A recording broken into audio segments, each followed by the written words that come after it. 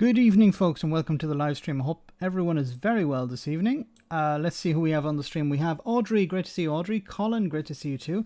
Ender the God, great to have you on. We have Raven 1983 Witch, great to see you once again. Jonathan, great to see you. Bernie, Hugh, Norflinger, James. We also have Colin, great to see you. John O'Sullivan, great to see you too. Mega Hairy Bum, Sun and Sunflower, great to see you. We have Playing Jilly, great to see you. Mark Oraman, Pancaking on. Pancaking is good. Nick, great to see you. Peter, great to see you. Giblets for the Cats. Great to see you once again. The Gaming Brit, great to see you too. Michelle, great to have you on. CJM, great to see you. Thanks for moderating tonight. We have Wolf Pet, Daily Blaze, great to see you. Daily Blaze or Blase. Good to have you on. Hope you're well. Howlin' Mad Murdoch, great to see you too.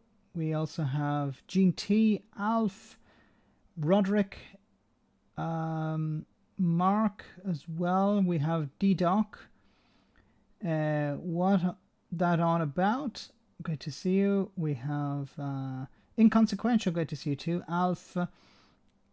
Who else have we got? Young Ralph, Asperger's Europe, great to see you too.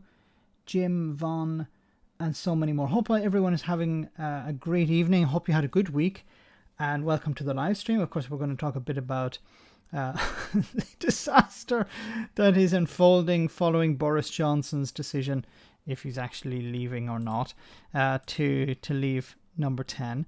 And who's going to replace him. Talk also a little bit about the cost of living, and if there's time, we talk also a little bit about China, which is very concerning. I really hope we're not seeing another war, this time taking place on the other side of the planet. Mr. Scotch Pie, thank you so much for that super chat. Scotch Pie, very interesting name. Thank you so much for that. Greatly appreciated. Hope everyone's very well. Just want to start off, of course, with what's happening between Rishi Sunak and Liz Truss. An absolute disaster, and I covered a little bit about it today, and I'll talk a little bit about Rishi Sunak and what he said and his response to the backlash. But at the moment, there's a debate going on. I'm not going to stream the debate. That wouldn't be really all that interesting. But there were a few incidents at the debate between, or the discussion, or whatever, the hosting, whatever they're doing at I think it's in Exeter, I don't remember, but it says here Liz Truss was interrupted by a protester.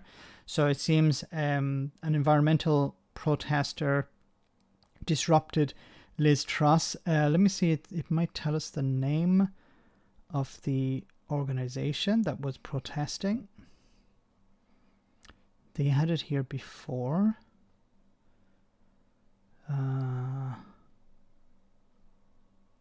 Yes, Green New Deal Rising. So a member of Green New Deal Rising interrupted Liz Truss, and Liz Truss responded by saying, "You're disrupting democracy." Yes, democracy. Yes, 200,000 or 180,000 people, members of the Conservative Party, will decide the next Prime Minister. That's democracy. Okay, so you heard it there from Liz Truss. Joshua Smith says, thanks so much for that super chat, Joshua. Who will win? I think it's a case of Liz Truss winning. More and more of the big names are starting to back Liz Truss. Now, it's still possible that Rishi Sunak could pull something out of the bag, but I think it's looking more and more likely to be Liz Truss as the next Prime Minister, chosen not by the people, but by some people, a very small number of people. Kaylin, thanks so much for that. Robertson, thank you so much for that super chat. Very kind of you. One up. Thank you so much for that. But back to who will win. I think it's going to be Liz Truss. I don't think it's going to be a case of Rishi Sunak pulling it off, because in a sense he's lost a lot of support in the north, and this was before the rubbish he came out with today. So we'll have to see if he's able to claw back some support. But I think I think Truss has it in the bag.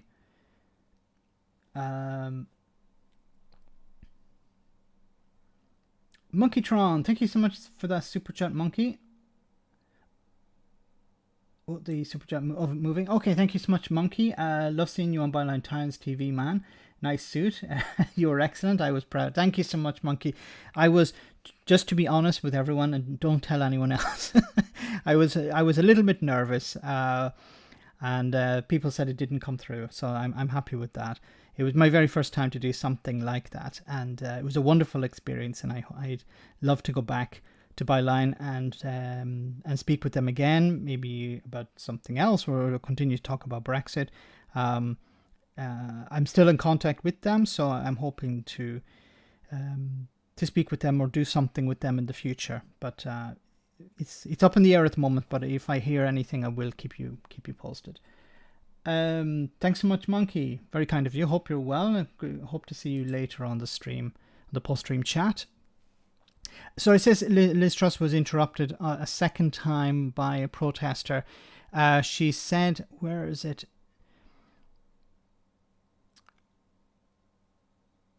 Truss has been interrupted again by somebody who shouldn't have a microphone, the audience is told.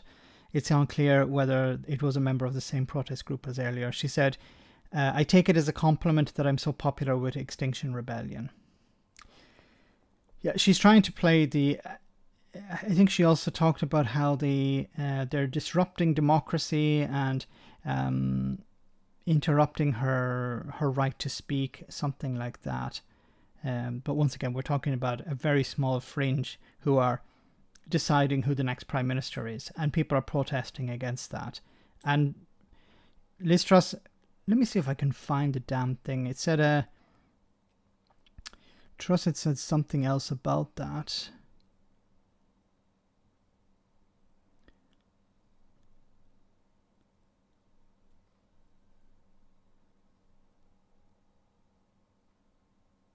Yeah, here it is. The interruption prompts Truss to give her own view on what... let me see if I have the video. No, that's not it. That's not it. There was a clip. Maybe it's up here at the top.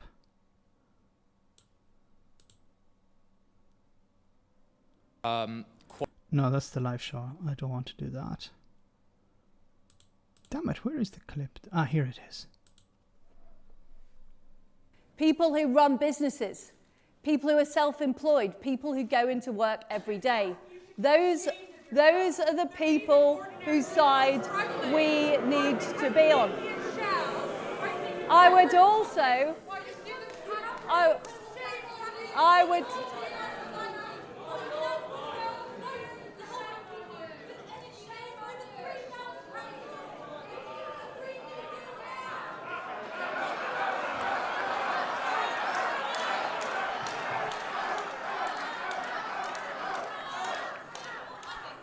The audience are shouting out, out, out. I think we have some infiltrators, and I will wait until they are evicted. Infiltrators, and they have to be evicted.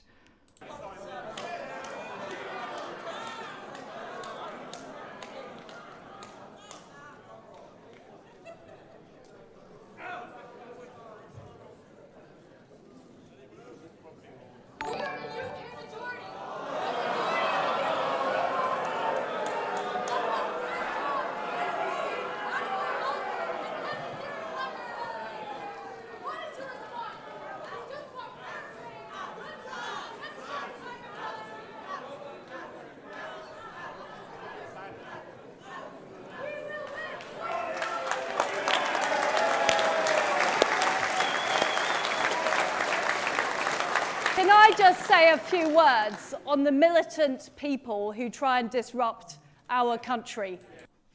Wow, the militant people trying to disrupt our country. When she was younger, she actually went to protests, and now she's criticizing them. And who try and disrupt our democratic process What democratic process? You're talking about less than 200,000 people selecting the next Prime Minister. How is that democratic? And notice also that the Tories didn't use first past the post to select their new minister.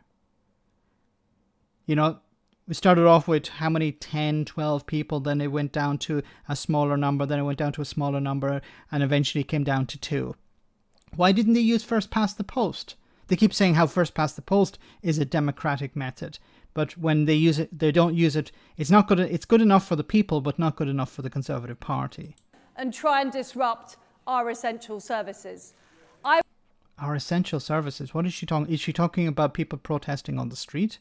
I would legislate immediately to make sure that we are standing up to militant trade unions. I would legislate immediately to militant trade unions, to stand up to militant trade unions. So people who are protesting because they don't earn enough money to pay their bills.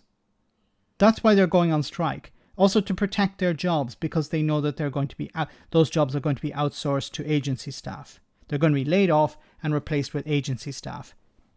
And then they'll have to rely on something else, maybe universal credit. Who stop ordinary commuters getting into work. And I would legislate to... But ordinary commuters support these protests. Ordinary commuters support the strike action. ...protect our essential services.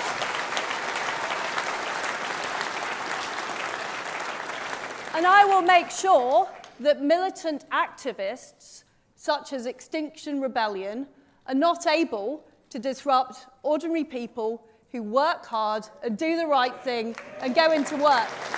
You don't create laws against individuals or organizations. There's a law for everyone, or you don't create laws for specific groups.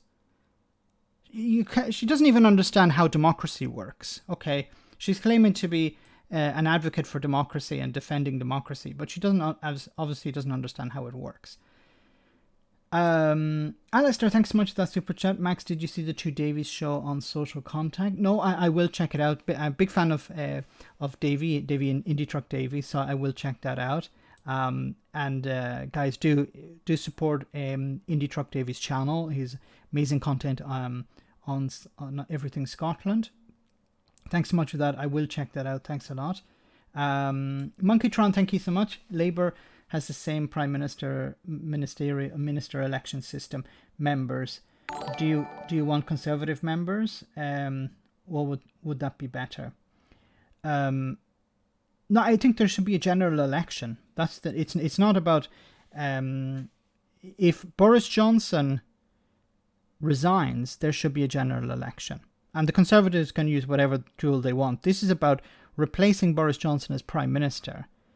Liz Truss will be elected by the party, and she will be prime minister, but she will not have to face a general election, at least for another 2 years. This is not... I understand why it happens like this, but it's not democratic, because the people don't have a vote. And her policies are going to be different from the manifesto. So you're getting a new manifesto, but it's been forced upon people, because it's different from what Boris Johnson was talking about, or what he was talking about back in 2019. Of course, he didn't deliver on anything, really. What happened to the 40 new hospitals? What happened to getting Brexit done? None of that materialized.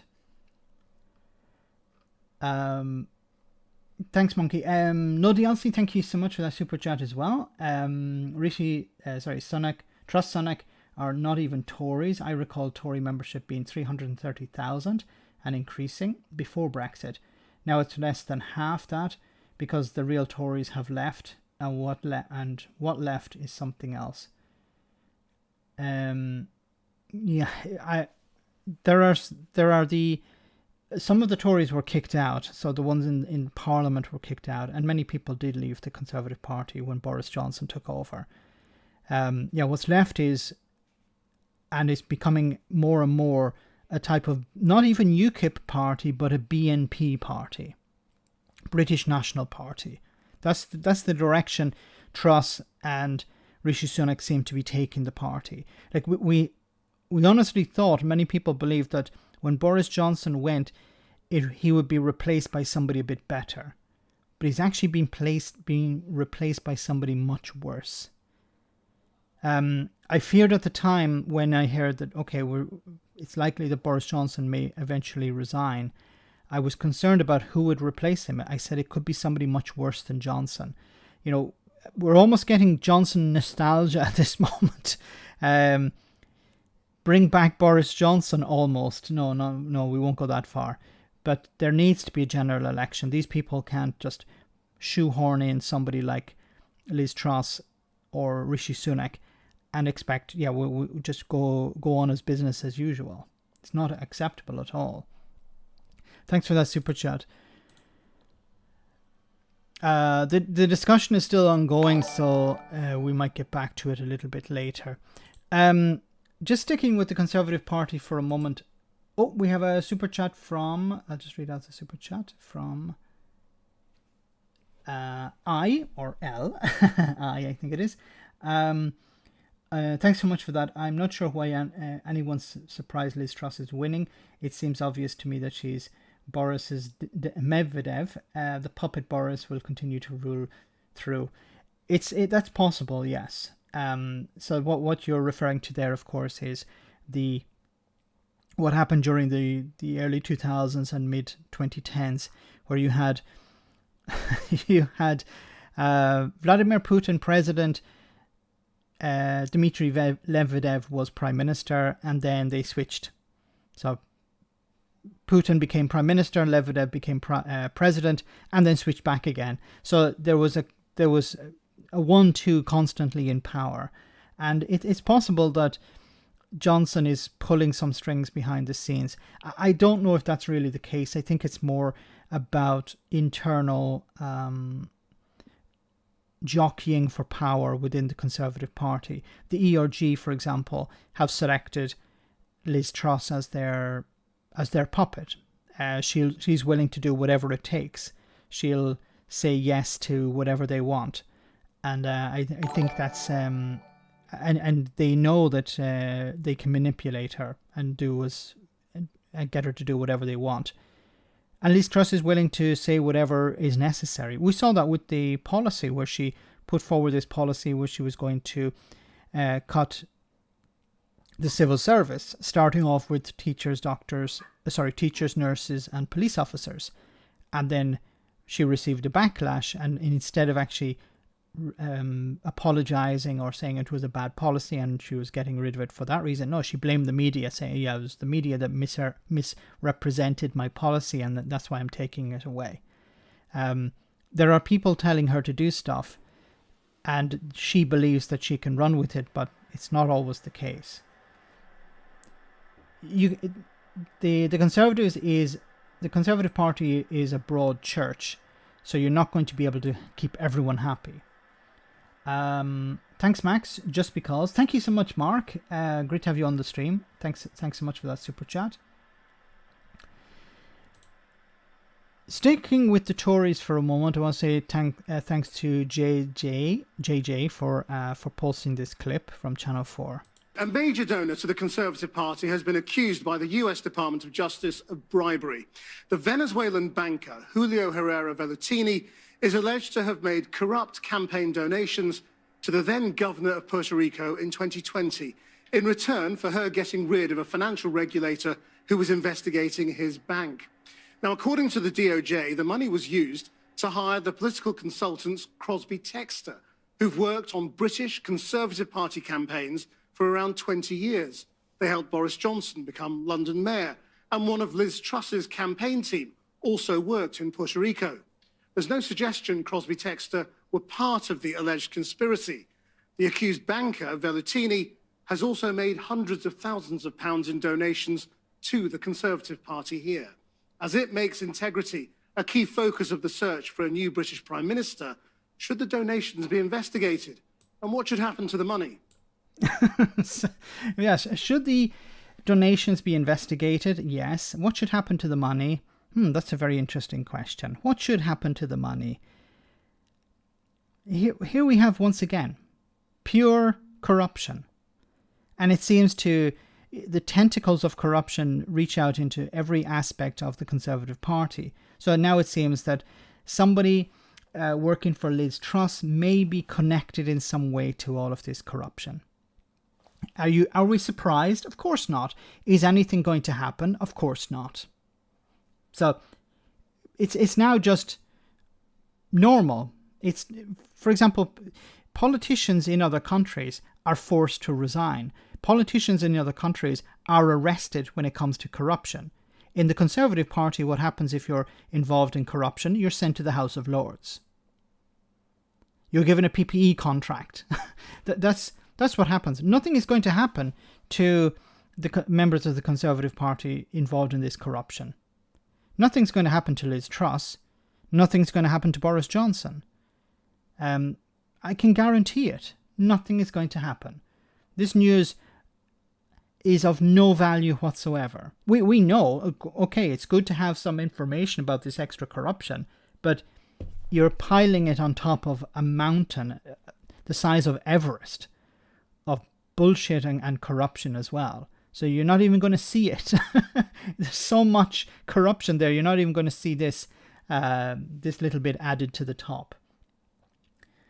Channel 4 News, much better than ITV, yes.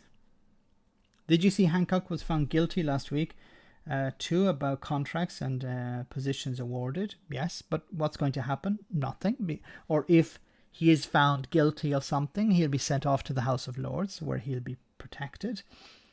Give up any hope of any of the past 3 years being investigated with consequences. I said before, when there's eventually an investigation, an inquiry into the pandemic, Boris Johnson may be dragged before a court. He may have to give testimony, but nothing will come of it. At that stage, people will be, leave him alone, he's not that bad. The pandemic was a long time ago, and nothing will come of it, I'm afraid. I hate to be so downbeat, but there is pure corruption taking place, and no one is going down for it. No one is even losing their job over it. I read, I don't remember who told me, but it was on Twitter, I think it was today or yesterday. They told me that Dido Harding sits in a committee, or is a director of a committee that is one of the committees within the Bank of England. Dido Harding. What the hell is Dido Harding doing at the Bank of England? I only watch Channel 4 News. Yes, it's the best. I think Sky News is also good as well. I'm a bit concerned about ITV, but Sky News has disconnected itself from Murdoch, as far as I know. But if you look at the content, you can see it's not pro-Murdoch. Now, it's different in Australia. It's pure just Fox News on steroids in Australia. But in Britain, Sky News is much better than anywhere else. But Channel 4 is the best, I think.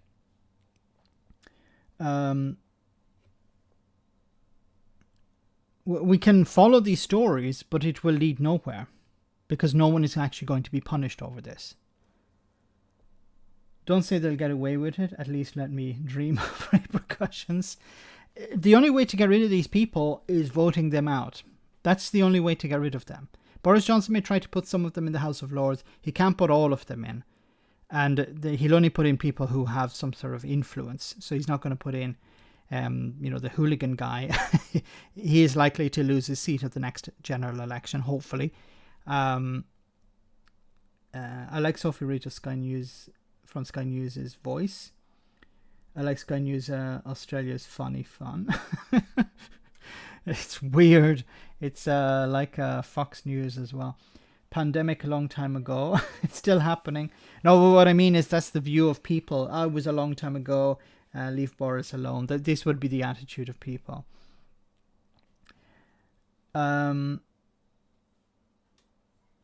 Get the feeling he's going to fry. He's going to try. I thought it was fry for a second. Wasn't sure who you were talking about.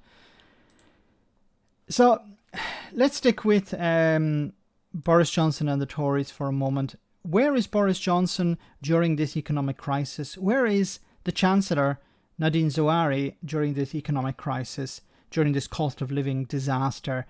Well, they're on holiday. Wait to hear this. I'm here at the Treasury. The Chancellor is not. Now remember, nothing that the Bank of England announced today has taken anyone by surprise. The Governor announced 2 weeks ago that he was minded to jack up interest rates, and yet neither the Treasury nor Downing Street, for that matter, scheduled in anyone to come in front of the cameras and address the nation about the dire economic circumstances we find ourselves in. Why? Why did no one from the government come and speak to the public, speak to the media about this disaster, this raising of interest rates to 1.75%? Now that may seem like a very little, but what that means is it's going to have a ripple effect on both savings, but also more importantly on mortgage rates and the cost of borrowing. So businesses that need to borrow money from banks to invest, that's going to become more expensive, so they're going to end up investing less. People who have mortgages and they're struggling to pay those mortgages, if they're on variable rates, they're likely to go up. Meaning it's, we're talking about, depending on the percentage that you currently have, you could be talking about an extra £200 or £300 a month to pay in mortgage fees, in mortgage payments, sorry. So we're talking about a significant amount of money. And where is Boris Johnson and the Chancellor? They're on holiday. And they couldn't even find somebody to go out and be their whipping boy. Or girl, as the case may be. What is the point in Boris Johnson staying there? I understand why he wants to stay there, because he wants to take advantage of the last few days or weeks of being Prime Minister. He wants to fit in a few things on his bucket list. But really, how do the Tories justify this? How do you justify Boris Johnson going on holiday during the middle of a crisis? And people are struggling to pay their bills. And on the 1st of October, prices are going to go up again for energy. The cap is going to be increased. People are going to pay more, basically. I'm told that the Chancellor, while he hasn't been in here, he has had some meetings today with the Chief Economist and the Governor of the Bank of England, presumably over Zoom. I've got a quote here from the Chancellor saying he's working away while he's away with his family. I've also got another statement here from the... Wait a minute, I thought you weren't... I thought the Tories were saying, and their supporters in the media, like Nick Ferrari, saying people can't work from home. So the Chancellor is working from home. Chancellor, about today's actual numbers. It's just 138 words. It recaps the £37 billion package of help already in place for households, but there's absolutely nothing new in this. Now, viewers may be hoping... So, what if the Tories actually... What are they going to do now? Well, they're not actually going to do anything now. They've said, oh, yeah, well, we gave money before. Okay, but inflation is going to hit 13%, or is currently at 13%. And many people I've spoken to say, this is not the real number. It's likely to be at least double that. Because energy prices are have risen more than 13%. Things like milk in the supermarket used to cost £1.20, now it costs maybe £1.60, depending on where you go. The price of bread is up, pasta is up. The certain services, the prices have gone up more than 13%. So 13% is based on what?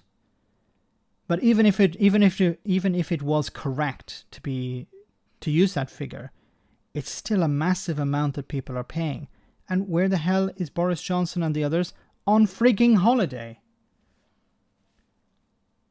Also, Jacob Rees-Mogg wanted everyone back. Yes.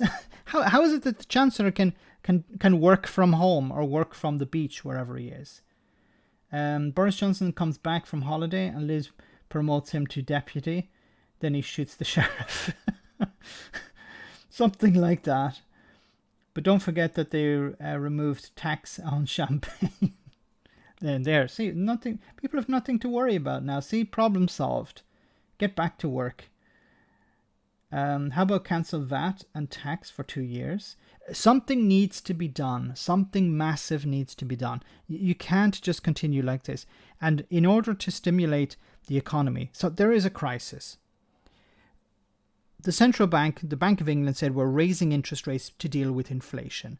This will not deal with inflation because inflation is not rising because of internal factors. It's rising because of global factors. So increasing interest rates will not bring down inflation. Why are they doing it? Because they want to trigger a recession. Because their objective is not the health of the economy. Their objective is to bring down interest rates. To bring down inflation. That's all the Bank of England care about.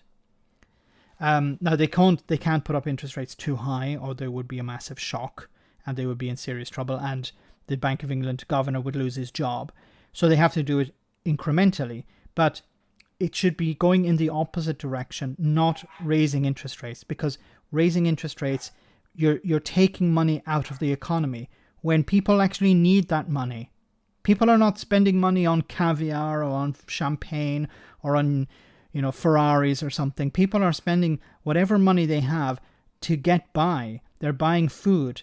They're paying their energy bills. And that's about it. People have been talking about, I used to go to the pub from time to time. That's ended for a lot of people.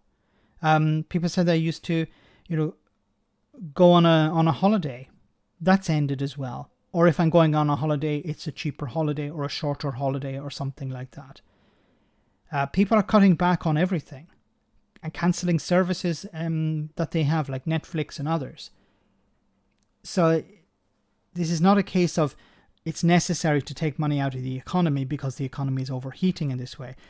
Some are making huge amounts of money. The energy companies in particular are making huge profits. And that money is going into the pockets of shareholders, or it's going into offshore bank accounts maybe. But this is not, it's not ordinary people that are driving inflation. Then maybe we'll hear something new from either Rishi Sunak or Liz Truss, the people who want to be Prime Minister. They're taking part right now in a TV hustings over on Sky News. It has to be said, so far in this campaign, neither has come up with concrete details about how they're going to help struggling families this winter. Liz Truss maintains that she wants to grow the economy by cutting taxes, and that she'll have an emergency budget as soon as she's in number 10. So she's going to grow the economy by cutting taxes. But cutting taxes will help inflation. Because what you're doing is you're cutting taxes for people who have money. Because if you're cutting taxes for people who earn less than, I think it's £12,000 a year, well, they're not going to benefit from that. So it's people who earn more than that, and people who earn significantly more than that will benefit from the tax cut. But there's a risk of encouraging inflation if you do that, because generally you cut taxes to boost the economy, to increase inflation, which causes a rise in inflation. But in this case, there is inflation already. It's very, very high, 13% minimum. So cutting taxes is going to help increase that. But that's not going to help the economy. Inflation is doing damage to the economy. People are not spending money in the economy because they don't have that money. Everything has become more expensive. The wrong people are in charge, both in the current government and in the next one. Rishi Sunak hasn't missed a beat today, jumping on those tax cuts, saying that they'll cause further inflation. And while he has announced that he would temporarily scrap VAT on energy prices, there's nothing new from him. Now, but VAT doesn't represent the biggest cost when it comes to energy. The current rise in energy represents the biggest cost. So even if you get rid of VAT, you cut it down to zero, it's going to take a bit off people's bills, but it's not going to make any significant impact. But what about everything else? Yeah, okay, you reduce bills by a bit, but what about food? What about transport? What about services? Clothes, essentials? What are you going to do about that? That's why I think it's necessary that the government borrows, increase taxation on people who have money, so tax the wealthy, and borrow if necessary. Close loopholes, tax loopholes. This is what the mega rich are doing. They're taking advantage of loopholes. Close those loopholes. Tax the multimillionaires and billionaires. During one of the Sunday brunches, Alex brought up the idea that it was I think it was Roosevelt had a tax rate on people earning more than $1 million. I think it was of 95% or 90%, something like that. If you tax people at that rate, you're going to bring in a lot of revenue, because some people are making huge amounts of money during this crisis. So if you tax those people and you borrow money and give it to ordinary people, a UBI or something like that, or just some sort of once-off payment, but it has to be a huge amount of money, and invest in public services, invest in infrastructure, invest in something.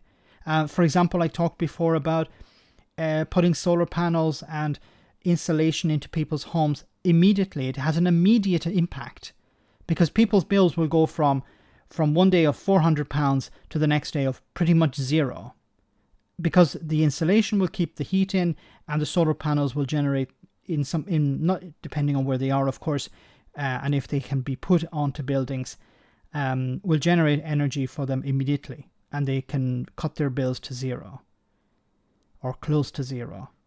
That's what you need to do.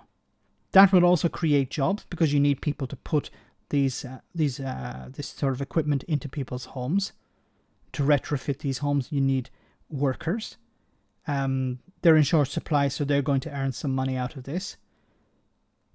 Might require bringing people in from abroad, but that's going to piss off the Brexiteers. But the Brexiteers are always pissed off, so you might as well do that. Piss them off and get something good out of it, instead of pissing them off to try and make them happy. No, it doesn't work. You're never going to make Brexiteers happy. Okay, just live with that reality. But something needs to be done. Bert says, today I received an extra €500 compensation from the Dutch government for the energy bill. And you're the second person who told me about that. Somebody else on the live stream, I think it was last live stream on Tuesday, they said that they received €450, I think it was. That was from, I think it was from the French government. I don't remember. Apologies. Correct, Max. I've been saying relentlessly, technology is deflationary. The only way to reduce inflation is to reduce cost, not throw more money at it. Yes. Our political class have lost the plot. In 2020-2021, Scotland produced enough renewable energy to run Scotland for 3 years, yet people in Scotland still have to pay the same rate as gas-produced electric. And this is a huge problem, and this is something I think the people in the independence movement in Scotland are rightly talking about, how energy is sold. And I think Indie Truck Davy brought it up in our discussion. Energy is being sold to England and being bought back by Scotland. So Scotland is producing the energy, selling it to England, and then buying it back, and of course paying more than what they sold it for. And this is because energy is not a devolved power. So the Scottish government have no control over energy. It's a reserved power. So Westminster decide how energy is produced and how much is and how it's sold. Max, send that message to Keir Starmer about trying to appeal to Brexiteers. A pointless exercise trying to make Brexiteers happy, as they're forever angry. Yes, because if you look at them now, they're angry. They won. They got their Brexit. They ended freedom of movement. They put up borders, and they're still angry. It's like they're like, I'm not saying all Brexiteers are racist, but they are like racists. The racists will never be happy. Whatever you do, they will be permanently angry. Even if they put one of their own people in charge, give it a couple of months, they will be angry again. because they're not going far enough. They don't believe in the cause enough, and that's it. And I can mark my words, if Liz Truss wins this leadership campaign and she becomes prime minister, and then the economy goes completely pear-shaped, she will be blamed by Brexiteers, and they will say, well, she didn't really believe in Brexit. See, she was a Remainer all along. Even though she converted, they will say, but deep down she was a Remainer. And she'll be thrown out, and she'll be replaced by a real Brexiteer. So they're saying now that she's a wonderful Brexiteer, and I can guarantee you, when she eventually removed, if she loses the election or whatever, it'll be because she didn't really believe in Brexit. So they'll never, if they get a Brexiteer, they'll believe that the Brexiteer doesn't believe enough in Brexit. What's his name? Nigel Farage was describing Boris Johnson as a Remainer. Okay. Yeah, maybe we should put Nigel Farage in charge. it'd be a guarantee to have him removed and called a Remainer. We don't want to test that. Alec, thanks so much for that super chat. TRIG had their second half half year report today. 64% revenue from subsidies, wholesale electric cap, and they still fine. Needs to be done. Wow, 64% are from subsidies. The wholesale electric cap. And they're still fine. Thanks so much for that super chat. I think there are so many companies that are really benefiting from this crisis, but there are also smaller companies who are likely to go to the wall because they're operating with very small margins, on very small margins. The wholesale suppliers are the ones making massive profits here. And some of these companies are foreign companies, so wouldn't it make sense to produce the energy in the UK, maybe in Scotland, and distribute it to the rest of the UK if you want to do it like that? But it should be the Scottish government that controls how the energy is sold, not Westminster, because Westminster doesn't give a crap about the people of Scotland and Wales and England for that matter. Now look, one former front bencher made the point to me today, of course there will be help coming down the line. We're less than 2 years away from an election. It would be unthinkable to go into that with fresh memories of people freezing, so a magic money tree will be found. But as of right now, there's no concrete details from either camp about how millions of families will cope this winter. See, I think for the candidates, they don't want to say something because it's going to piss off members of the party.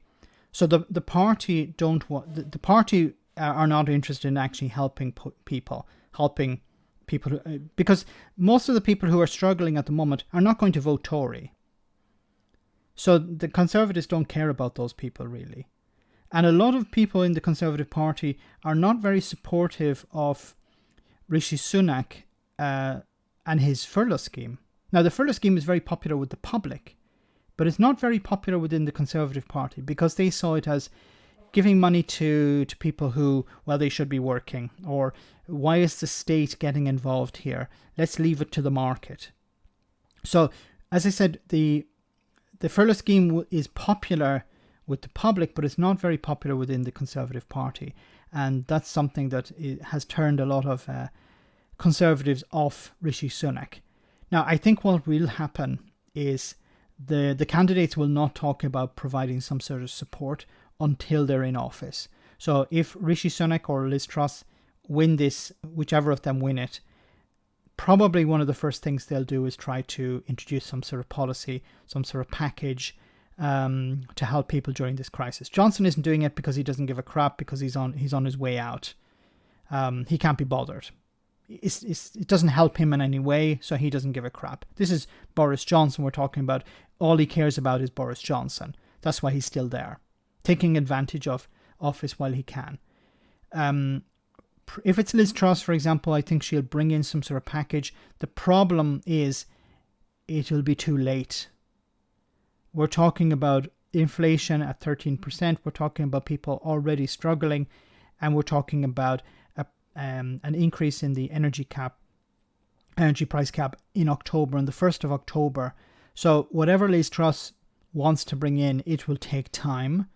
I imagine what she's doing is she's hoping to win first, and then she'll organize her cabinet, then she'll come up with some sort of policies, but by that time it will be too late. She won't have the time to prepare for something that would help people on the 1st of October. If people are going to be in an even worse situation. And I think also there is this risk within the Conservatives to not to go too far, because it would be seen as socialist. See, these people, and I think we have to go back to Brexit here. Brexit broke the Conservative Party. It resulted in more moderate figures being removed or leaving the party, and the party being left with this very far-right fringe in control. And the far-right fringe are never happy. And the far-right fringe do not care about ordinary people. They care about holding on to power. They care about themselves. And unfortunately, I think what's going to happen is Sunak or Truss is going to listen to the far-right fringe within the party, and they will be saying, no, just let the market sort it out. And if people can't pay their bills, well, that's their fault. Why should we have to pay for that? Or why should our donors, our donors pay us good money to keep taxes low, to keep them, to keep their beds feathered, to keep their nests feathered. We should be looking after them, not looking after the public. Remember, the public, most of them don't even vote for us. Why should we give a crap about them? I think that's how it's going to be. Guys, before we move on, I'll just take a short break and enjoy this comedy moment, and we'll be back in just a second. I hope you enjoy it. Right, lads, before granting you entry to Scotland, you must first answer these simple questions. What is the main language spoken here in Scotland? What? What is the main language spoken in Scotland? English. English. English. Questions are going to get more difficult, boys. English. What was chosen as the national flower of Scotland? Oh, a weed. Aye. Who has done more for Scottish independence in the last 5 years than anybody else? Boris Johnson. Aye. What piercing, high-pitched Scottish music somehow still remains popular to this day? Travis? Aye. What is the most celebrated sporting result in Scottish history? When England lost the Euro 2020 final. Aye, good times. What is apparently safe enough to store in Scotland, but dangerous enough to protect England? Trident nuclear warheads. Aye, safe my arse. The Old Firm Derby is a rivalry in which popular sport? Boxing. Aye. Traditionally in sporting events, if a Scottish person wins, they are known as... British. Aye, and if they lose... Scottish. Go figure. Which beloved fictional character in literature and then film was inspired by the city of Edinburgh? Oh, the Spud from Trainspotting. Aye. Yeah. What former Scottish leader is accused of spreading disinformation? Mel Gibson. Bastard. What monster is Scotland famous for? Frankie Boyle. Yeah. Legend. Which nation invented whiskey? Not England. I'll accept that. And finally, the Edinburgh Fringe Festival is the biggest what in the world? The biggest arts festival. No, pain in the arse. We're doing a show. Would you like a flyer? Yeah, No, I wouldn't like a flyer. Get out. It's 9:15 Bristol Square, Out! McEwen Hall. If you just want to check I've it changed out. my mind. Sure, it's a great. Hogwash Like, is if you don't, Okay, I'm sorry. That was quite good. Not as good as their usual one, but still quite good. And I think they'll be at the Fringe Festival in Edinburgh. So let's move on. Rishi Sunak today said the quiet part loud, and well, that was about it, and it didn't go down very well. Last night, Rishi Sunak is facing more today after this video emerged of him speaking to Tory activists in Tunbridge Wells. I managed to start changing the funding formulas to make sure that areas like this are getting the funding that they deserve. Because we inherited a bunch of formulas from the Labour Party that shoved all the funding into deprived urban areas, then that needed to be undone. I started. So what he did was he said, I changed these formulas where money would not be going into urban deprived areas, but would be going to undeprived areas like this place here. So this I covered in the Full of the Week, and this is something that could sink Rishi Sunak. I don't know if it eventually will, because people have very short memories.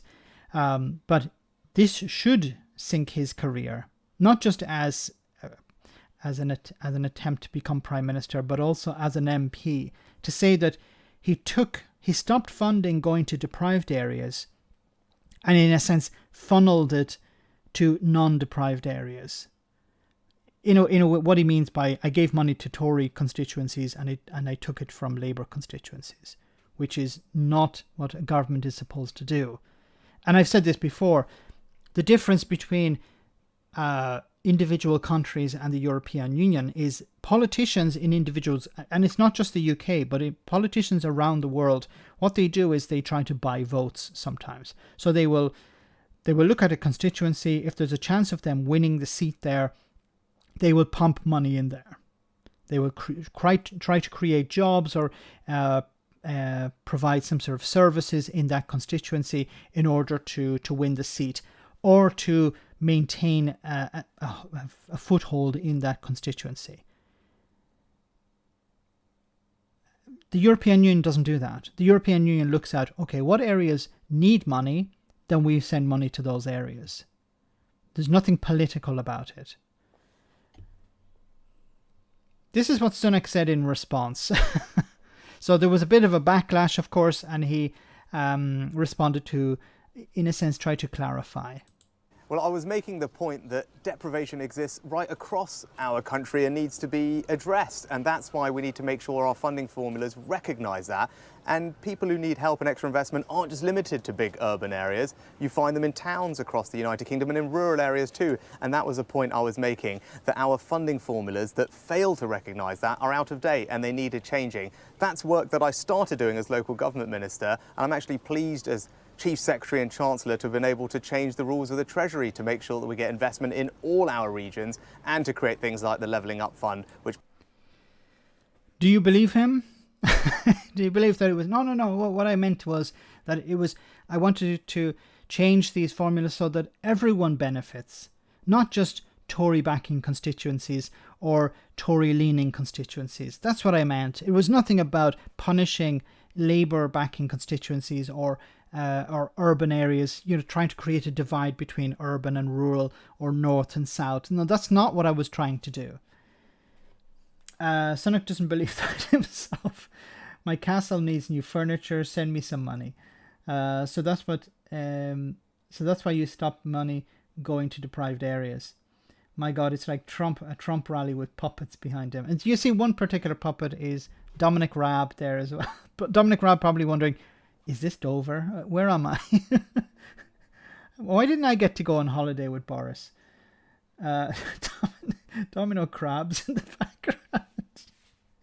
Raab trying to use facial muscles he's never used before. Raab thinks he's at a trust event. Pants on fire. Raab trying to energize his single press. Raab is a perfect rubberneck. The new avocado Rustier. I'm not sure what that is. Looks like Robocop in the first. Raab's used more of the big O for entertaining Boris on his couch. Oh my goodness. Even the guy behind is laughing at him. Is that, I don't know if these people were paid to turn up or what, but anyway. So this is not very good for Rishi Sunak. Things are going pretty bad for him. Now, there is talk that maybe things are improving because Liz Truss is messing up. It's not a case of Rishi Sunak beating Liz Truss. It's more like Liz Truss falling over herself. And she's been doing somewhat of that as well. Just checking the updates here. It says Business Secretary Kwasi Kwarteng admitted that it will be more than a month before ministers can introduce any measures to tackle rising. Now, this is insane. This is insulting and insane. So the business secretary, Kwasi Kwarteng, admitted it will be more than a month before ministers can introduce any measures to tackle the rising cost of living. Why? Why don't they recall Parliament? Why don't they say, okay, holiday's over, guys. We need to deal with this crisis. How many holidays has Boris Johnson had this year? Has Boris Johnson actually ever done any work when he became Prime Minister? Really? That's an honest question. Has Boris Johnson actually done any real work? Because he hasn't attended Cobra meetings. He hasn't read his documents, the ones that he's supposed to read to understand what's going on. He likes travelling around, yes. He likes going to Ukraine for photo opportunities. But has he actually done any real work? And the fact that there is a crisis, the Bank of England said interest rates are going to go to 1.75% to deal with inflation that's running at 13% minimum. And Kwasi Kwarteng, the business secretary, is saying, yeah, we give us another month and we'll come up with something. Why? Because we're all on holiday, you know. We've been working our arses off and we need a break for another month.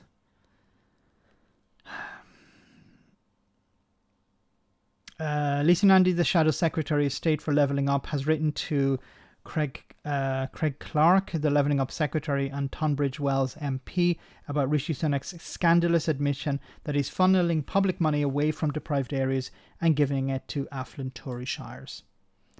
He'll probably reply with, fuck off, or something like that. Feck off, like Father Jack. Something like that.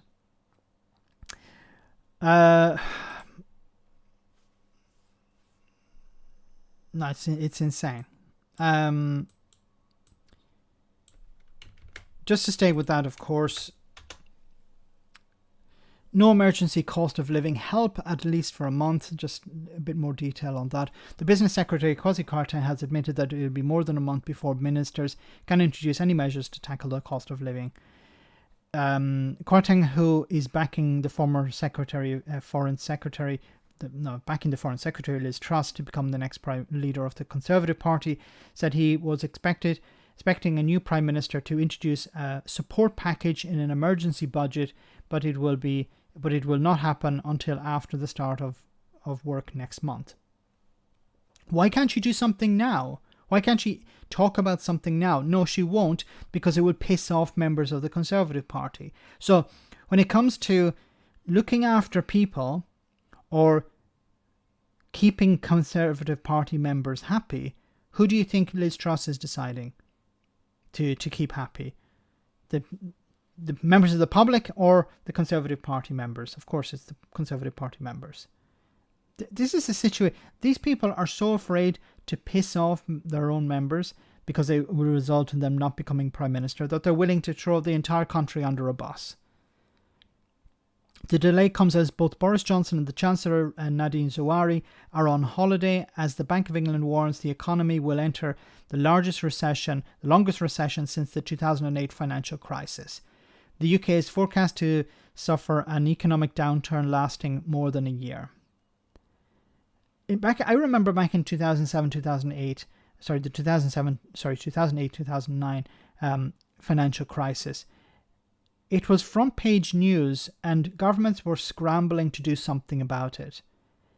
And this is potentially worse than that. And what is Boris Johnson doing? He's on holiday. Once again, why did Boris Johnson become Prime Minister? What was the point of it? Because he doesn't want to. It's like somebody saying, I want to become a bus driver, but I don't want to drive buses. I just want to sit in the bus from time to time. And beep the horn or, open the doors and close the doors and pretend I'm driving. Kwarteng said, I don't know where Boris Johnson is. I don't know where he is. This is insane. No, this is beyond parody. Really. So you don't know where Boris Johnson is. Well, what if there's an emergency?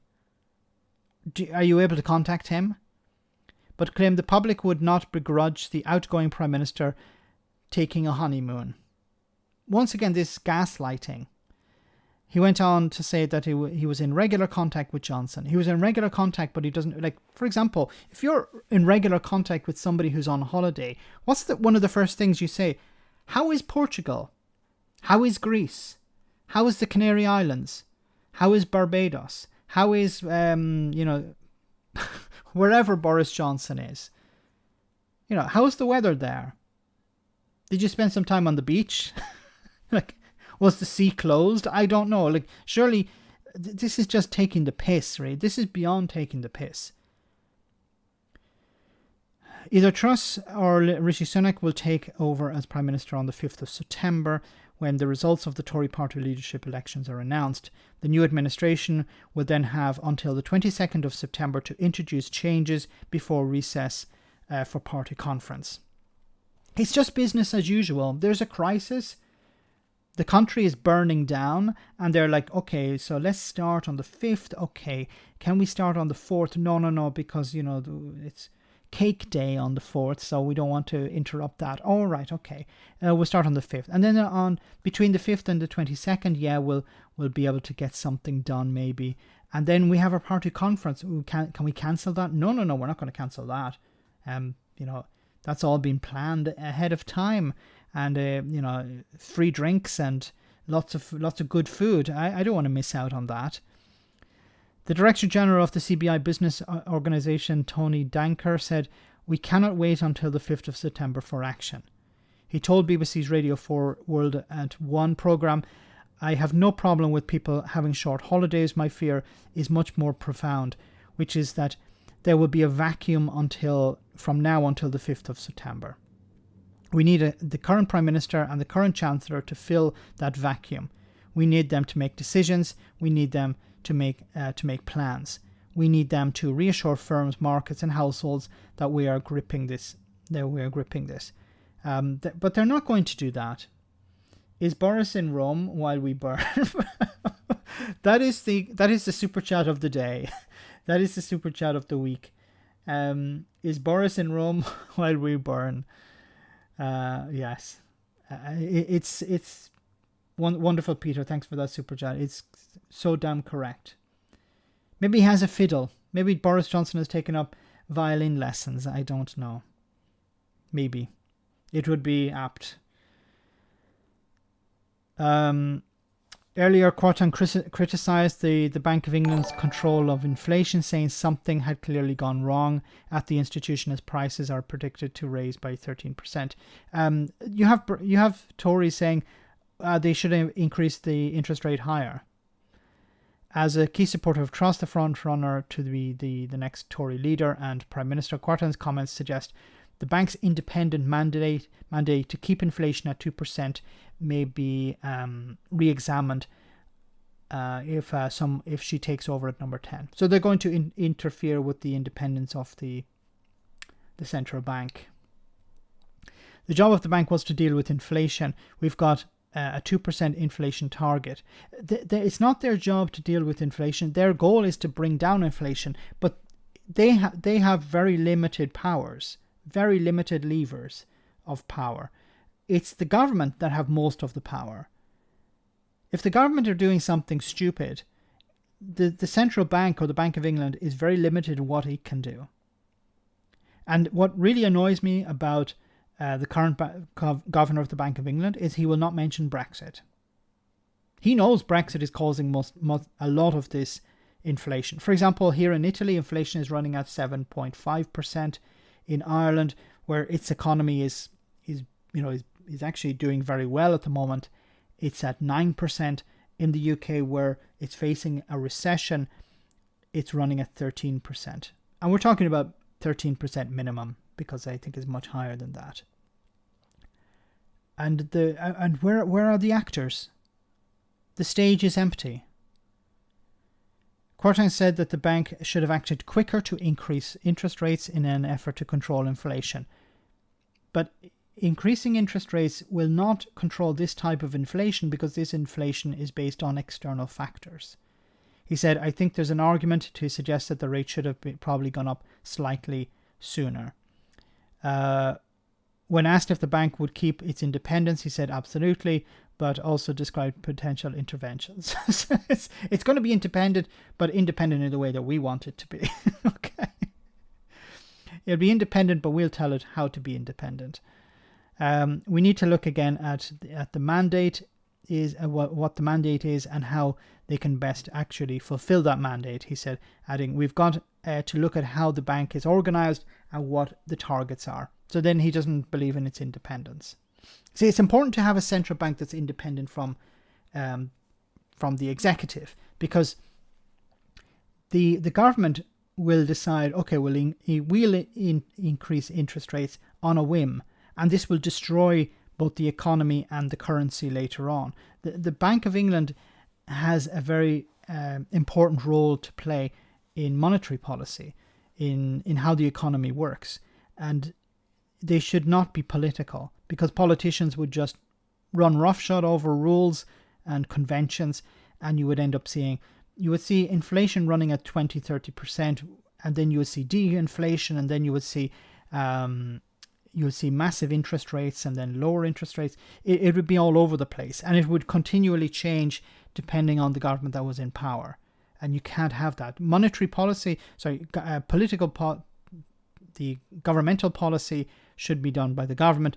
The monetary policy of interest rate, when it comes to interest rates, should be done by the central bank. It's important to have an independent central bank. He told BBC's Radio 4 Today programme, if we go back 2 years, given the situation that we're facing at the point, at the context of COVID and the context of the labour market, the idea that at that point we have tightened monetary policy, I don't remember that there were people saying that. Sorry, let me read that again. If you go back 2 years, given the situation we were facing at that point in the context of COVID, in the context of the labour market, the idea that at that point we were tightening monetary policy, I don't remember that there were many people saying that. Yes, there was no idea of tightening monetary policy back during COVID. It was about pumping money into the economy. And we're facing this type of crisis again. It's a different type of crisis, but it means that businesses are going to close. If you're going to have a recession, you're going to see businesses close. And you're going to see people laid off. You're going to see massive unemployment. And who's going to benefit from that? Well, companies who want to exploit workers. Because if there's massive unemployment, trade unions are going to struggle, because they'll be easily replaced. Because you're going to be able to, I think it was James O'Brien was talking about this on one of his shows. I just tuned in on it. And he was talking about how before the trade unions, this is about 100 years ago, I think it was, there were people working at a dock. I think it was in maybe in Edinburgh or maybe in Glasgow. Or it was somewhere in Scotland, sorry. There were workers who were told, okay, we need workers for today. So the boss would arrive, the foreman would arrive and say, I need 5 people to do this job. And the workers would bid against each other to a level where they would say, okay, this is the lowest I can go. And people would work for almost nothing in order just to get something in order to take that home. And they would work many hours, and they would have no rights pretty much, because if they made a mistake, they could be fired and replaced with somebody else. And I'm afraid that's what the Tories want to go back to. They'd be happy to see a recession, because it would see businesses being able to run roughshod over workers' protections. James, thank you so much for that super chat. There's a lady who reads Mills and Boone by the light of the silvery moon. She loves all the stories and votes for the Tories. They'll be voting her in quite soon. Well said. Love that, James. Thanks so much for that. Don't know if Wee Scott's dog is on tonight. I don't see Wee Scott's dog, but I think he'd love that as well.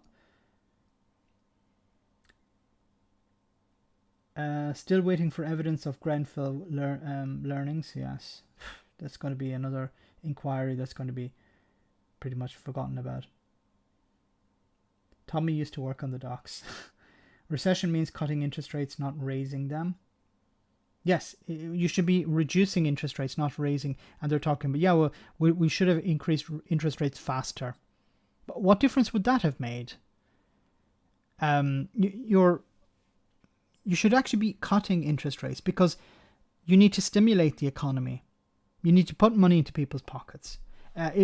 Once again, cutting interest rates is not going to really help people because this inflation is external. Increasing interest rates is actually going to make the situation worse.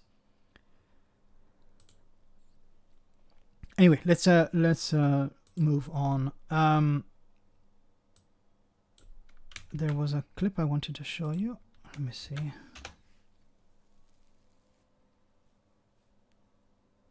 The main pressure is external, and that's going to feed through into inflation, I'm afraid, over this winter. We do think it's going to come down, going through next year and beyond. But we have got another thing going on, which is domestic. The size of the labour force has shrunk. There are fewer people, working in the economy, and that's affecting. When I go around the country, and I spend a lot of time going around the country, the first thing that every firm wants to talk to me about is, I can't hire enough people. And we've got this situation where we're saying, well, I think we can already see the economy slowing. It's going to get worse, I'm afraid. And yet firms are saying two things to me. One is they're still able to increase prices. They're not getting resistance. And they just can't hire enough people. I wonder why that is. Andrew Bailey won't talk about Brexit, but maybe he's onto something here, as Best for Britain says. Businesses can't get access to staff. Why is that? What could be possibly the reason why they can't get access to the workers they used to be able to access just a couple of years ago? What changed? What happened to Britain? Why did some people leave and not come back? And why is it other countries in Europe are able to access these workers? Something very strange there. Economy can't grow too much because of inflation. Higher inflation rates stimulate Tory voting. Well, mortgage-free pensioners with savings. Yes. There's a guy. I think he may appear in a video tomorrow.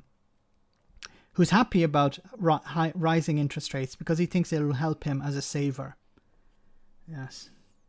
The B word. Mortgage interest rates were 15% in 1991. That happened again. And this country is toast. Which firms are these, though? Which sectors? He hasn't said.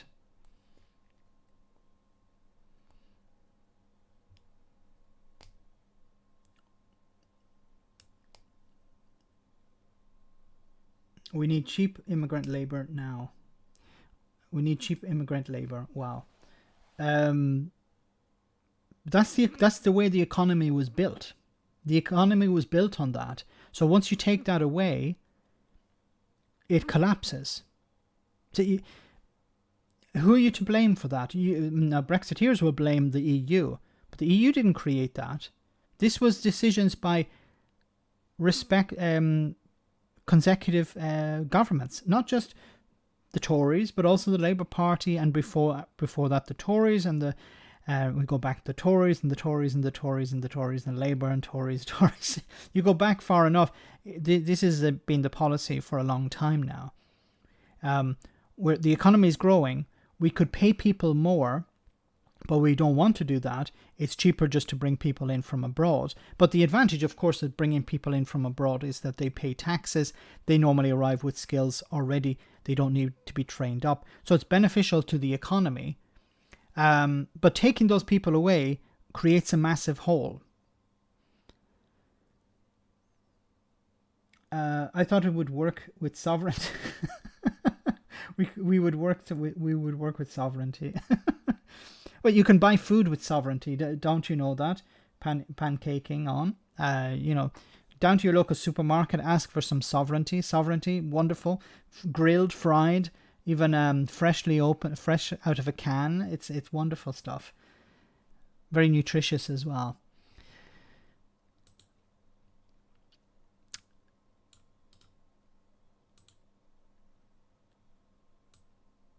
Before I move on, I just want to cover also a story on Brexit, but before that, I just want to show you this as well. In a factory in Britain's West Midlands industrial spine, this is powder coating. It applies a smooth, dry finish to metalwork, but to work, it needs heat. So much you can see it. These ovens run at more than 200 degrees C, and that takes gas, the cost of which is about to soar, threatening the viability of this company. Next April we come out of our tied-in contract, and the energy bills are forecast to go from roughly £60,000 to £70,000 a year to near £250,000 to £300,000 a year. My God. So this guy's energy bills go from £60,000 to £70,000 a year because he uses this huge amounts of energy for his company. From £60,000 to £60,000 or £70,000 to £200,000 to £300,000 a year. So what will happen? He'll have to take out a loan maybe, or he'll have to sell more goods, which would mean he'd have to cut the price, but then he would undercut himself, or he'd have to lay staff off. But to recoup the cost of £300,000, or let's say £200,000, how many staff are you going to have to lay off to cover that cost? And it's probably a small business, so it's not like you can lay off 50 people, because the business probably is 50 people at most. This business is not going to be viable. You can't just pass that cost on, because the consumer will say, look, it's too expensive, I'm not going to use it. Which at the moment is unsustainable. Keeps you up at night. It's like a train coming down the tracks, and you can't avoid it. You're constantly worried about what you can do. Wholesale gas prices aren't just fueling the ovens here. The Bank of England says they'll drive inflation to a peak of 13.3% in the autumn and will keep it above 10% until this time next year. This is imported inflation, but to stop it being baked into domestic prices, the bank's raising rates at home by the largest amount in 28 years, despite the looming recession. So is it the case this has got to hurt if it's going to work? The reason we're doing it is because if we don't get inflation under control, if we don't bring it down from where I'm afraid it's got to go up to because of, let's say, of this huge energy shock that we're having, if we don't bring it down, then the damage and the distress will be even greater. You know how you could bring it down? We're talking about energy prices, wholesale energy prices. If the energy companies, the wholesale energy companies, were nationalized, then you could bring down the price. This would reduce the cost for these companies, which would reduce the cost for the end consumer. There you have it.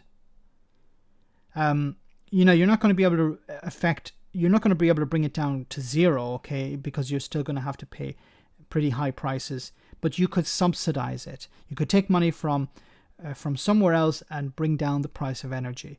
Bring it down to where it was maybe 2 years ago, or even a year ago. Why does the government not want to do that? Well, because it would be political suicide. So they're not going to go down that road. It would be extremely damaging. And you're not going to hear any of the candidates saying this, Liz Truss or Rishi Sunak saying this at this moment, because they would lose their chance of becoming the next Prime Minister. This is a truly bleak forecast from the bank, and its medicine will be hard for many to swallow. An interest rate rise that could add £650 to average mortgage repayments on top of energy bills that will rise above £3,500, turning energy poverty into a mainstream issue, even for the affluent, not just the very poorest. But the message from the bank is that it's necessary to keep long-term inflation in check.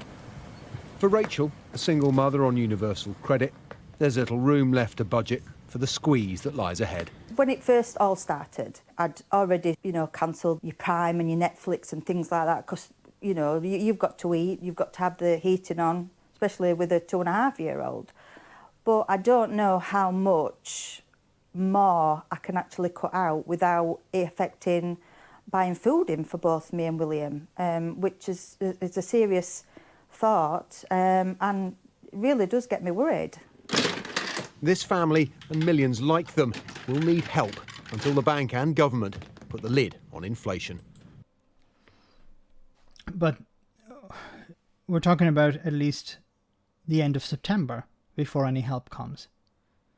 And then what happens at the end of September? Well, the very next month, the very beginning of the following month, the price cap increases. And Liz Truss or Rishi Sunak will still be spinning around trying to come up with something. And they will still be afraid to piss off the Conservative Party. This is just like Brexit. There were decisions that could have been made during Brexit, but the right decisions, but they were not made because it would have pissed off Brexiteers, the ERG, for example, or people in the Red Wall. We're back to the same story again. There are policies that could be implemented, but there's always this fear that it's going to piss off the right wing, the far right, either in the party or outside the party. And the media also play into this as well. Every time, there's a talk about helping people, the far right media like GB News and Talk Radio and The Sun and the Daily Mail and the Express, they jump on board saying, oh, this is socialism, this is turning to the left, this is, handouts and stuff like this. This is going to destroy the country. Because they're not interested in helping people. They're interested in making sure that the people at the top don't pay any more. Because these things have to be paid for by the people at the top. You can't continually scrape the bottom because there's nothing left to scrape. Guys, I want to talk one little bit about one story on Brexit. Brexit-related story. It says here... Trading part. Well, the story here is that UK economy is poised for a deep, lengthy recession and a 13% inflation rate. Ireland, meanwhile, still expect to see its economy grow and has the lowest unemployment rate in 21 years.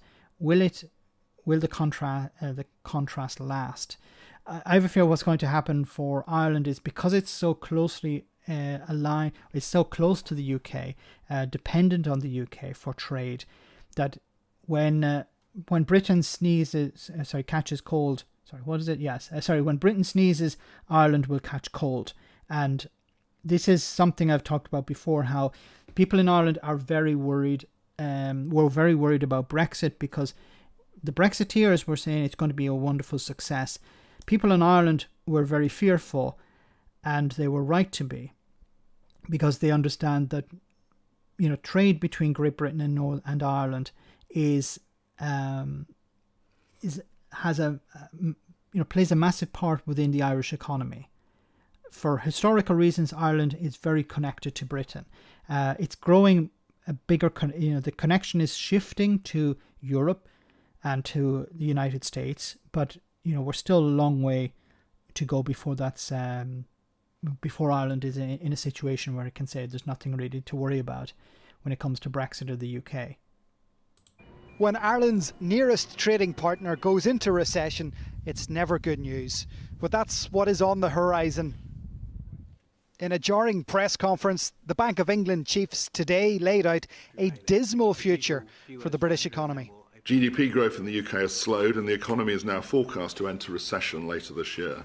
The forthcoming British recession will be as long as the one seen in 2008 during the Great Financial Crisis and as deep as the one seen in the early 1990s, to be followed by sluggish, next to nothing growth. Wholesale gas futures prices for the end of this year have nearly doubled since May.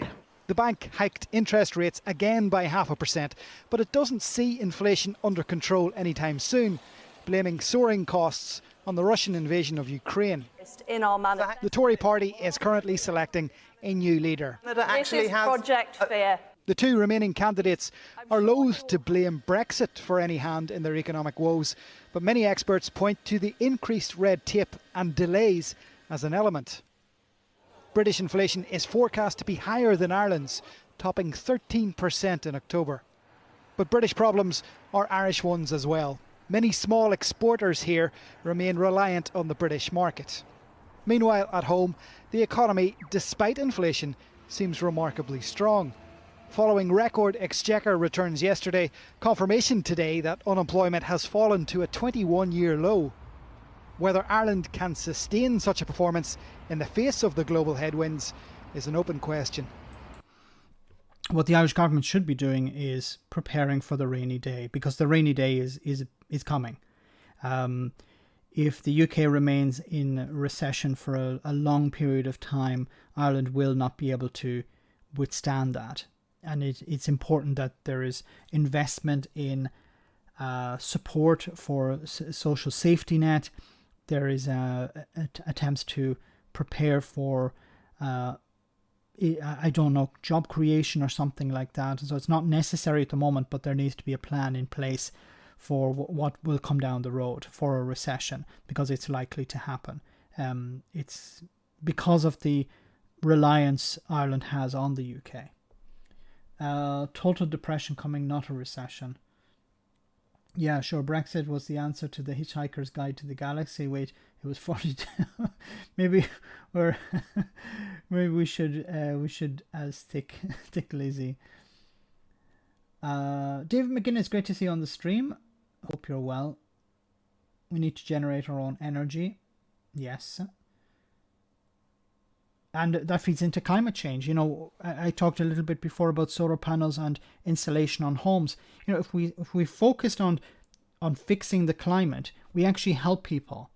We reduce their energy bills. We reduce pollution. We reduce the issues related to pollution as well, which is also a major factor which is driving a cost for health services around the world. So if we have a cleaner world, we have healthier people. We have more money to spend on other things. It's a win-win scenario. But of course, many people have an interest in maintaining the status quo and not helping people, not helping the environment. Well, guys, I honestly commend you for keeping your calm. The whole setup drives me mental.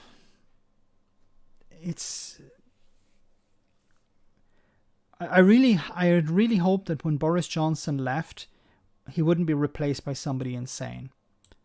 It would be by somebody better. And unfortunately, that's not the case. It seems to be more of the same. I wish there was some good news, but it doesn't seem to be anytime soon. And then we have this story. Well, for an analysis of the situation in Taiwan, we're joined here in the studio by retired Air Vice Marshal Sean Bell. Good to have you back in the studio, Sean. This is day 2, isn't it, of the Chinese military drills in the waters around Taiwan. Just bring us up to speed. What's the latest? Yeah, day 2, biggest military show of force in the region for a long time. Over 100 Chinese fighter bombers have been involved. Over 10 Chinese warships. Interesting enough, originally there's a sort of an agreement between China and Taiwan that have this median line where the military forces from each side wouldn't transgress. But China's been flooding across that line with its aircraft and its ships over the last 48 hours.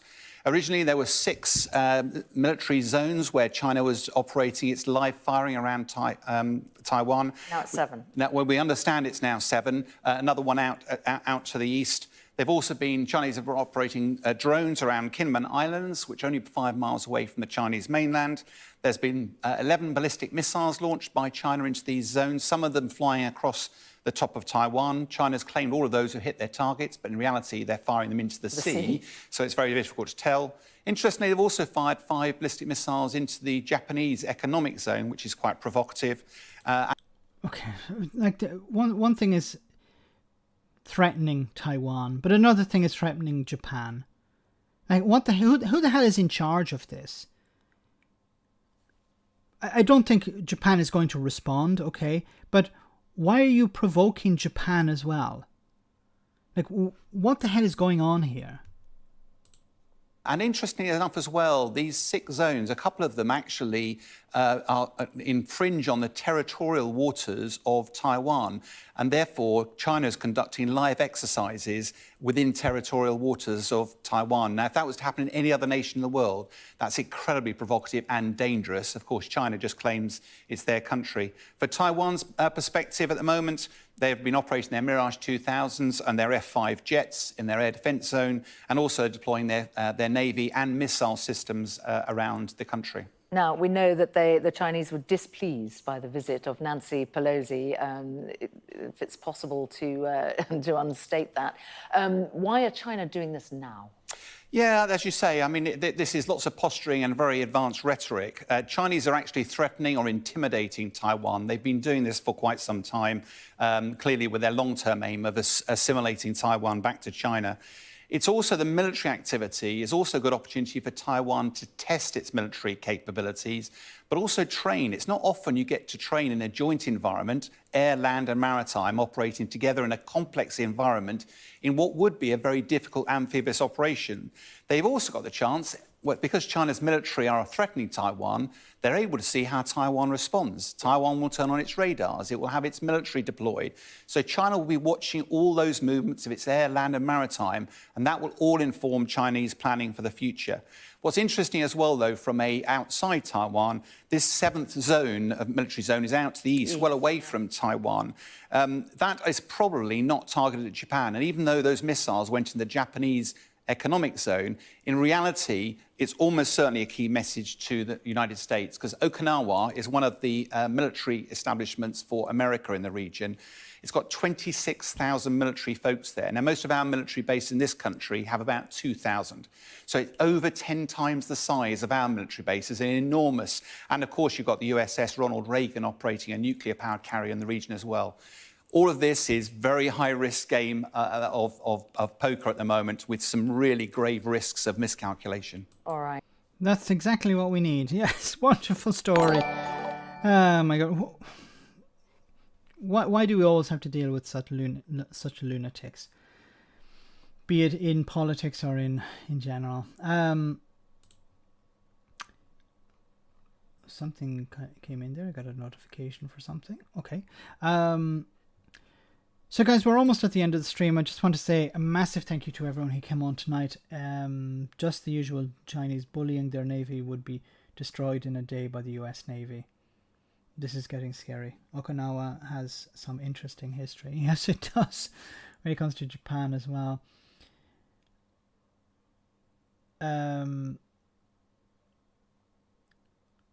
So guys, I want to say thanks to everyone who sent the super chat. Thanks to everyone who came on tonight. Thanks for smashing the like button. Before we finish, of course, we have our one for the road. I want to thank also the moderators for doing a wonderful job. And remember, if you're a Patreon, if you're a supporter on Patreon, you have access to Discord, and we'll have a chat on the post stream chat in about 10 minutes. But before we finish, we have our one for the road. I'm sure you'll enjoy this. I certainly did.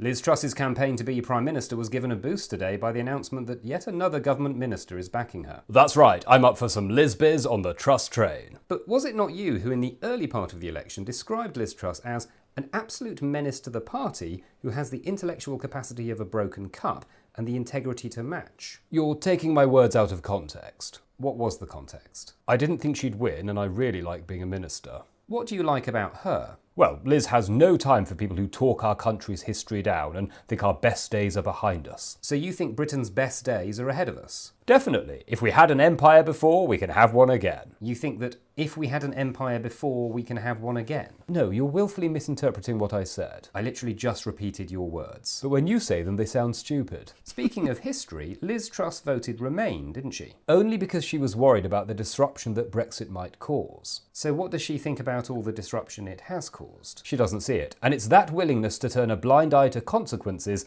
that makes her a true Brexiteer in my book. How do you think she'll improve the lives of ordinary people in this country? Well, Liz is very much in favour of reducing inflation and cutting taxes. But won't cutting taxes increase inflation? No. Why not? Because Liz will tell it not to. There's some talk that she also wants to make changes at the Bank of England. She wants to change its mandate, so she wants to reduce its independence. No, it will just have a different kind of independence, one where we can tell it what to do, and then it will independently agree with us. On the subject of mandates, how can you justify making such big decisions without going back to the country for its approval? Look, we were elected in 2019 to deliver radical change, and sure, the change we want to deliver now is radically different from the radical change we promised then, but it's still change and it's still radical, so you can't touch us. But surely a general election would be... Having a general election now would take far too long and be a huge distraction. But this leadership election has already taken several weeks and dominated the headlines, so... Yes, but in a general election we'd have to hear from and appeal to people who don't already vote for us, which would be a real downer. Thank you, Minister. Next up, as energy companies announce record... Sorry guys, something happened with the stream. I hope it's working again. Apologies for that. If you can hear me, have a great weekend. See you soon. Take care. I'll see you same time next week. Same bat time, same bat channel on Tuesday. Have a great weekend. Take care and good night.